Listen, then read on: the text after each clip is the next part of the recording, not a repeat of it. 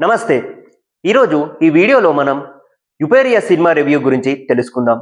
ఈ సినిమాలోని నటీనటులు, వాళ్ళ ప్రదర్శన, ఈ సినిమా కథ ఏంటి అని ఈ వీడియోలో తెలుసుకుందాం. ఈ వీడియోని స్కిప్ చేయకుండా ఎండ్ వరకు చూడండి.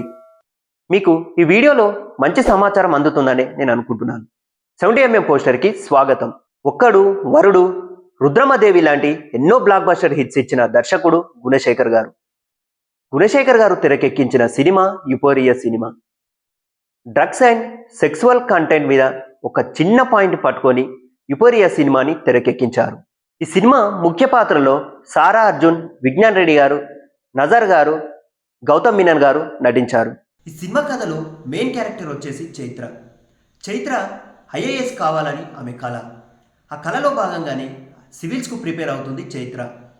ఇలా అనుకోకుండా ఒకరోజు తన స్నేహితురాలి మాటలు నమ్మి పబ్కు వెళ్ళడం జరుగుతుంది. అక్కడ కొందరు యువకులు పరిచయం అవుతారు. ఆ యువకులు డ్రగ్స్ తీసుకున్న మైకంలో ఆ చైత్రను పాడు చేయడం జరుగుతుంది. ఈ విషయం పోలీస్ స్టేషన్ వరకు వెళ్తుంది. అలాగే రాష్ట్ర వ్యాప్తంగా ఈ కేసు సంచలనం సృష్టిస్తుంది. ఇక్కడే ఒక ట్విస్ట్ మొదలవుతుంది. ఈ కేసును ఛేదించడానికి సిటీ కమిషనర్ జయదేవ్ రంగంలోకి దిగుతాడు. నేరం చేసిన వాళ్ళు పెద్ద పెద్ద రాజకీయ నాయకుల పిల్లలు మరియు పెద్ద పెద్ద బిజినెస్ మ్యాన్ల పిల్లలు. ఈ కేసుని ఆ కమిషనర్ ఎలా ఛేదించాడనేది ఈ చిత్రంలోని మెయిన్ పాయింట్. ఇక ఆ తర్వాత అసలు కథ మొదలవుతుంది. ఇక్కడే భూమిక గారి పాత్ర వింధ్యవేముల పెళ్లి ఎంట్రీ అవుతుంది. నా కొడుకు చేసిన నేరానికి నేను కూడా శిక్ష అనుభవించాలి అనే కాన్సెప్ట్తో ఆవిడ ఎంట్రీ ఇస్తుంది. ఇక ఇక్కడి నుంచే అసలు కథ మొదలవుతుంది.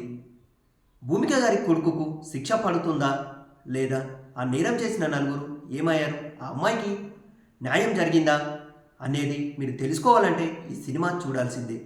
ఈ సినిమా ద్వారా దర్శకుడు గుణశేఖర్ గారు డ్రగ్స్ ఎంత ప్రమాదకరం, యూత్ ఎలా చెడిపోతుంది, ఒక చిన్న తప్పు వల్ల ఎంతమంది జీవితాలు నాశనం అవుతున్నాయి అని చూపించడానికి ప్రయత్నించారు.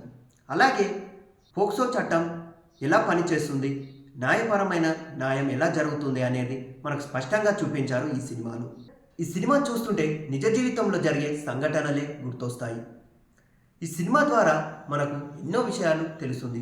కొంచెం ఈ సినిమా భయంకరంగా ఉన్నా మనకు సోషల్ మెసేజ్ అనేది ఉంది. ఈ సినిమాను మీరు కూడా చూస్తే మీకు ఎలా అనిపించిందో మా కామెంట్ బాక్స్లో చెప్పండి. మరిన్ని ఇలాంటి అప్డేట్స్ కోసం మా ఛానల్ని సబ్స్క్రైబ్ చేయండి. Thank you.